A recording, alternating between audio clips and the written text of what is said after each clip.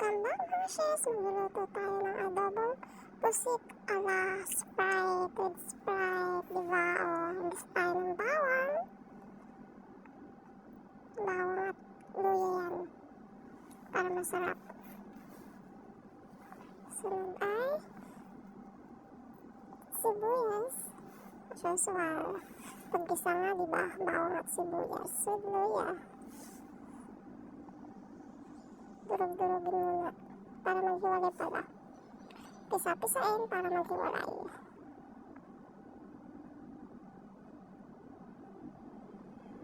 Mekos-mekos lang yan. O, diba sa right side, may kanin na kami para ready to eat na. Pagkatapos iluto ang adobong pusit. Hayaan mo na para lumabas ang aroma ng bawang at sibuyas at luya.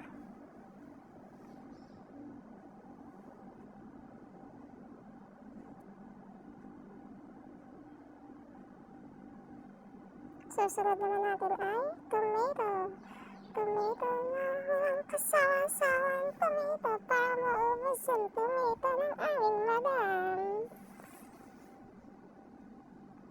Mekos-mekos para lumabas yung mga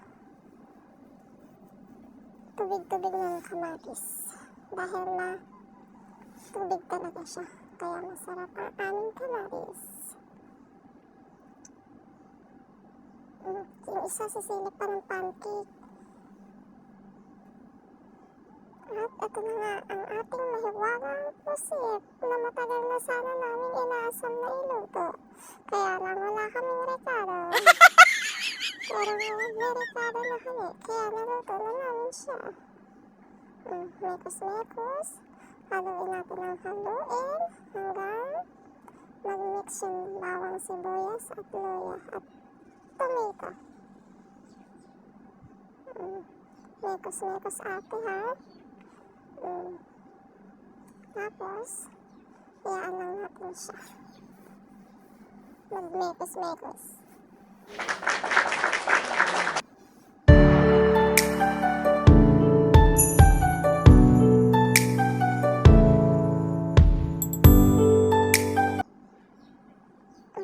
Diba? Yung kanin namin, iin-inin na para mamaya sabay sila. Pagkatapos kung maluto ang pusit, ay may kanin na kami. O lagyan ng konting salt. Tama na ate kasi ano ka nga pala, mag-aadobo ka nga pala, may toyo na baka umalat ate. Kaya konting salt lang. Lagyan natin ng paminta, durog, para mas masarap. Diba? Yan naman talaga ang pampalasa. Wow! I-mekos-mekos mo ate para mag-mix ang asin at paminta. O diba?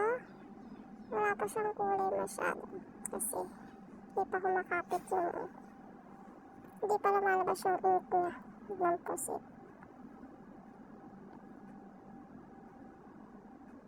Pagkatapos lagyan natin ng konting magic sarap para naman sumarap siya kahit di magaling magluto dahil first time mo magluto, yung magic sarap mo.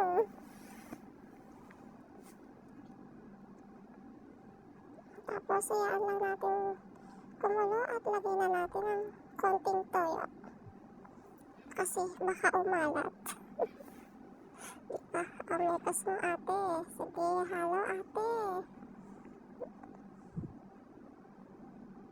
Halo hanggang madurog ang pusit. Sige.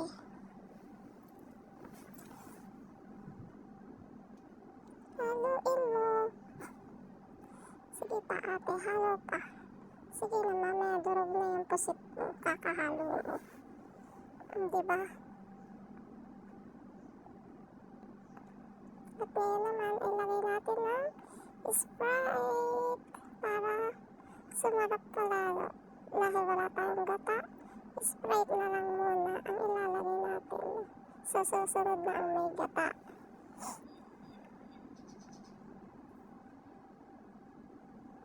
Diba? Nagbubbles na siya, o.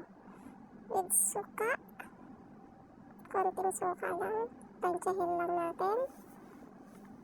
Nagmekos-mekos na naman si ate. Sige na naman, ate. O, may sili pa yan. Para medyo maanghang ng konti at pampalis din ang lansa.